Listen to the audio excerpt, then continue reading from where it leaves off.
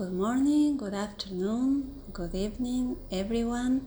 Today we will explore an essential topic in implementation science: fidelity versus adaptation for interventions at scale. This balance is critical when applying evidence-based interventions to new or broader settings while ensuring their effectiveness. My name is Vilma and I'll guide you through this session. Well, in this session we'll cover 5 key areas. We'll explore the connection between adaptation and impact of interventions, discuss how to identify core components of interventions and intervention strategies, look at different types of interventions, discover useful frameworks, and see how to apply these principles when scaling up practices, programs, or policies. By the end of this session, we will have a clearer understanding of how to approach adaptations in implementation science. Let's start with the connection between adaptation and impact. Adaptation and impact are interconnected. This figure illustrates how interventions can evolve as they are implemented across different times and settings. On the one hand, positive deviance refers to thoughtful, planned adaptations that enhance impact and make the program or policy feasible. On the other hand, program drift happens when changes reduce effectiveness. When scaling up interventions, adaptations are often, I would say, always necessary. Our challenge is to avoid program drift while leveraging the benefit of positive adaptations. And this brings us to the concept of core components of an intervention and core implementation strategies versus peripheral components or strategies. So, core elements of an intervention are the essential elements directly tied to its intended outcomes.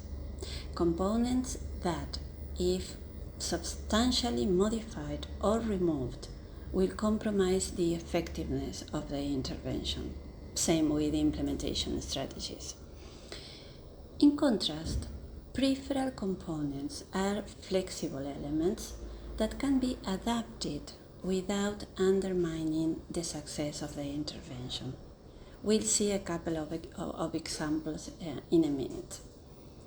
Importantly, experience, evidence from other studies, and re-evaluating the intervention's effectiveness play a key role in identifying these core elements, these core components. By distinguishing between core and peripheral elements, we can ensure that adaptations preserve the intervention integrity. For example, consider changing the frequency of SMS reminders in an intervention. Apparently minor adjustments such as moving from weekly to monthly reminders might significantly impact the intervention success. This is where we need careful judgment and data to evaluate whether such changes alter core components of the intervention or remain within acceptable adaptation limits. As we will discuss soon, these concepts are closely related to fidelity of implementation and explain this tension between fidelity and adaptation. In this example, we can see the relationship between fidelity and the degree of adaptation. For example, adjusting training materials to align with cultural contexts are compatible with fidelity and can enhance impact. However, more substantial changes like excluding a core component compromise fidelity and increase the risk of reducing effectiveness. Understanding this continuum helps us manage the balance between maintaining fidelity and allowing meaningful adaptations. So we can say that there are different types of adaptations, and their implications are depicted in this matrix. On the vertical axis, we see the distinction between planned proactive adaptations, those made in anticipation of potential challenges or barriers that could hinder the successful implementation of an intervention, and spontaneous reactive adaptations, which are made in response to unanticipated difficulties that arise during the implementation process. The horizontal axis illustrates the degree of consistency or inconsistency with fidelity, meaning how closely adaptations align with the core essential components of the intervention. In the top right quadrant, we find the ideal scenario: planned adaptations that maintain the core components of the intervention. These changes typically involve peripheral elements only. For instance, if a core component of the intervention is providing small financial incentives in cash, but vouchers or coupons are used instead for cultural or logistical reasons, the format of the incentive changes, but the principles of offering incentives remains intact.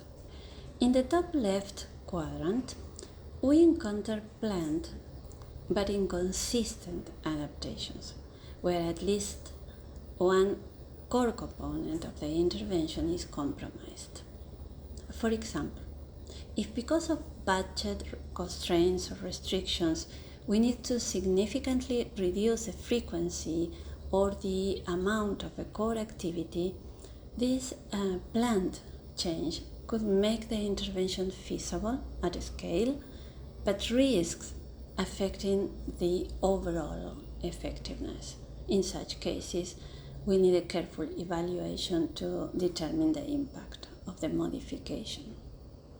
In the bottom right quadrant, we have reactive but consistent adaptations, which respond to unexpected challenges while preserving the integrity of the core components. An example could be switching from in-person training to online formats due to pandemic restrictions. This was common during the COVID-19 pandemic, when many original planned in-person activities were delivered remotely, but again, the capacity building component was still there. Finally, the bottom left quadrant shows spontaneous and inconsistent adaptations, which involve unplanned changes that modify or exclude core components of the intervention. For instance, because of a number of reasons, we may have to remove support follow-up visits to patients, thus compromising the intervention success. Sometimes these changes are unavoidable, but can also provide opportunities for learning. At this point, let's take a moment to reflect. Have you encountered any of the situations on the matrix with an implementation or scale-up research project? What factors led to the changes being planned or reactive? What factors influenced whether those changes were consistent with fidelity or not? Understanding these dynamics helps us navigate challenges in scaling interventions effectively. Adaptations are particularly relevant for NCD programs and policies, which often require long-term, sustainable interventions. These programs usually address multifactorial complex health problems and operate in complex settings and diverse populations. In these cases, being able to balance fidelity and flexibility is key to achieving both scalability and effectiveness. And this is why to plan, implement, and evaluate adaptations, we need a guide, we need a framework, and there are several useful adaptation frameworks to choose from. For example, the ADAPT framework is a useful guidance for adapting interventions to achieve a good fit between the intervention and the context.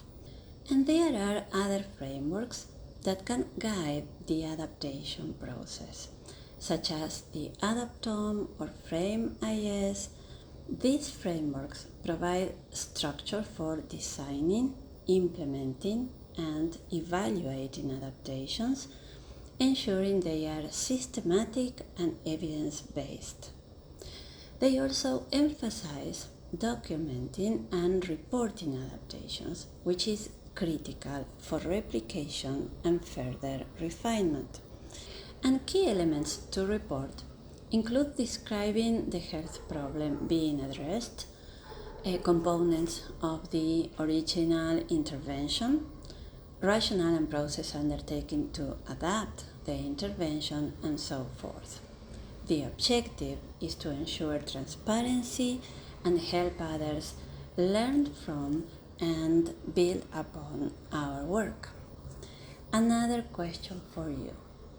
What additional elements would you include, remove, or modify from this list when reporting adaptations? Sharing feedback on reporting practices can help improve how we document and disseminate information about adaptations. Finally, let's highlight some key points that we have to take into account for scale-up projects.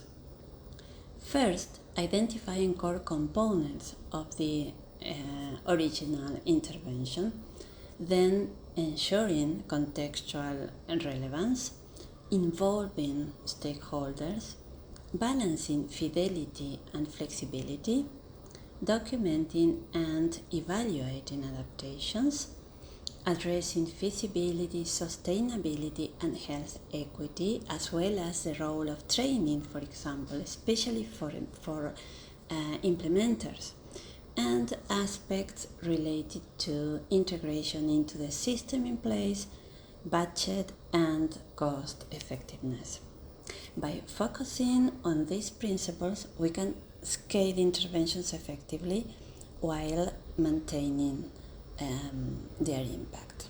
To sum up, adaptations are part and parcel of implementation science for both implementation and scale-up projects. Often occur to improve fit to a new or broader setting, to increase feasibility and acceptability, or to respond to changes in the context. But remember that they might lessen the effectiveness of the intervention if they compromise the core elements and underlying logic of the program or policy. Thank you very much for being part of this session.